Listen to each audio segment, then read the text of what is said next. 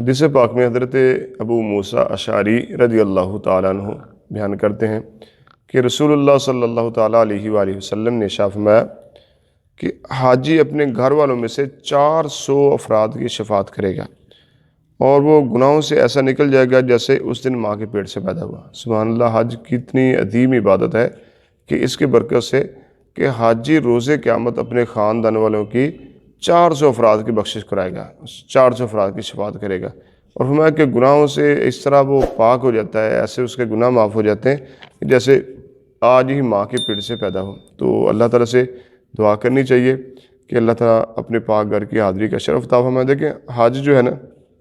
یا عمرہ، یہ نصیبوں سے، پیسوں سے نہیں ہوتا ہے، نصیبوں سے۔ اللہ تعالیٰ کی بارگاہ میں التجا کرنی چاہیے، انسان کو چاہیے کہ دل میں تڑپ پیدا کرے اور اللہ تعالیٰ سے دعا کرے، تو جب کرم ہو جاتا ہے تو اللہ تعالیٰ پیسے بھی اسباب دے دیتا ہے، اسباب بھی مہیا فرما دیتا ہے۔ تو اس لیے یہ ایک نصیبوں کی بات ہے۔ تو جب حج یا عمرہ کی توفیق ملے تو انسان کو چاہیے کہ خوب اچھے طریقے سے سیکھے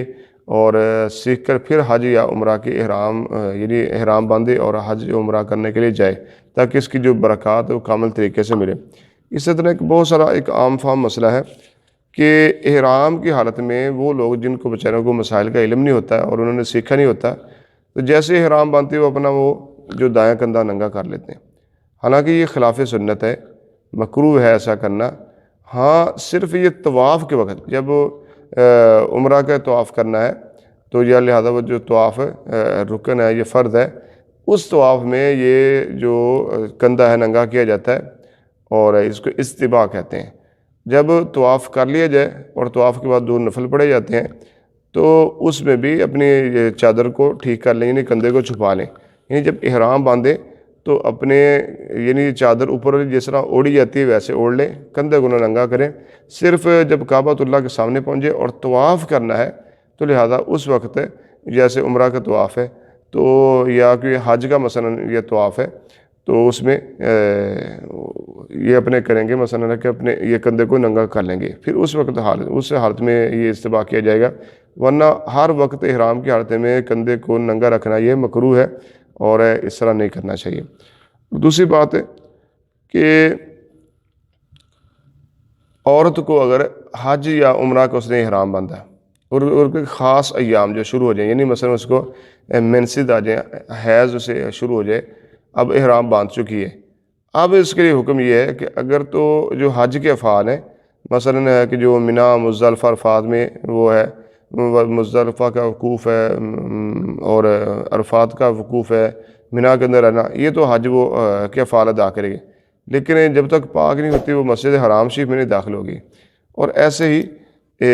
اگر عورت نے عمرہ کے احرام باندھ لیا ہے اور اس کے ناپاکی کے جو دن ہیں وہ شروع ہو چکے ہیں، اب اس کے لیے حکم یہ ہے کہ وہ اپنے ہوٹل میں وہیں پہ قیام کرے جب تک وہ پاک نہیں ہوتی ہے۔ جیسے وہ اس کے دن نکلے پھر وہ عمرہ کرنے کے لیے مسجد شریف میں آئے، اس کے یعنی ایسی حالت میں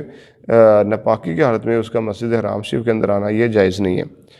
اور ایسے ہی ایک اور مسئلہ کہ عورت جو ہے یہ بغیر محرم کے حج عمرہ کا سفر نہیں کر سکتی۔ بعض کا تو ہوتا ہے کہ کئی خواتین کئی گروپ کے ساتھ شامل ہو کر عمرہ کرنے کے لیے چلی جاتی ہیں یا حج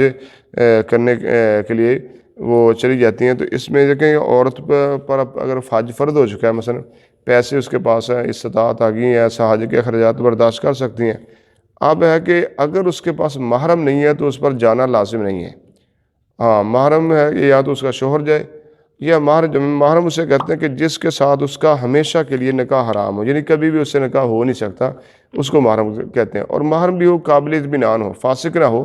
قابل اطمینان ہو، تو لہذا پھر وہ عورت کے پر وہ حج کرنا فرض ہے، کیونکہ اب استطاعت بھی آ گئی ہے اور محرم بھی اس کا موجود ہے، تو پھر اس پر حج کرنا وہ